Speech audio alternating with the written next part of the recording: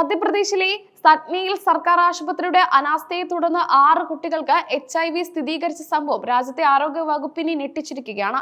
സത്ന ജില്ലാ ആശുപത്രിയിൽ നിന്ന് രക്തം സ്വീകരിച്ച കുട്ടികൾക്കാണ് ഈ മാരകമായ രോഗബാധ ഉണ്ടായതെന്ന വാർത്തകൾ പുറത്തു വന്നതോടെ വലിയ പ്രതിഷേധമാണ് ഉയരുന്നത്. ജനിതകപരമായ രക്തരോഗമായ തലാസീമിയ ബാധിച്ച കുട്ടികളാണ് ഈ ക്രൂരമായ അനാസ്ഥയ്ക്ക് ഇരയായത്. തലാസീമിയ ബാധിച്ചവർക്ക് ശരീരത്തിൽ പുതിയ രക്തം ഉൽപ്പാദിപ്പിക്കാൻ കഴിയാത്തതിനാൽ നിശ്ചിത ഇടവേളകളിൽ പുറത്തുനിന്ന് രക്തം സ്വീകരിക്കേണ്ടതുണ്ട്. ഇങ്ങനെ ജീവിതം നിലനിർത്താൻ രക്തം സ്വീകരിച്ച പിഞ്ചു കുഞ്ഞുങ്ങൾക്കാണ് ഇപ്പോൾ മാരകമായ മറ്റൊരു രോഗം കൂടി സമ്മാനിക്കപ്പെട്ടിരിക്കുന്നത്. 8-നും 14-നും ഇടയിൽ പ്രായമുള്ള കുട്ടികളിലാണ് പ്രധാനമായും രോഗബാധ കണ്ടെത്തിയിരിക്കുന്നത്. ഇതിനു പുറമെ 3 വയസ്സുള്ള ഒരു പെൺകുട്ടിക്കും HIV പോസിറ്റീവ് ആയിട്ടുണ്ട്. എന്നാൽ ഈ കുട്ടിയുടെ മാതാപിതാക്കളും പോസിറ്റീവ് ആയതിനാൽ മാതാപിതാക്കളിൽ നിന്നാകാം കുട്ടിക്ക് രോഗം പകർന്നതെന്നാണ് പ്രാഥമിക നിഗമനം.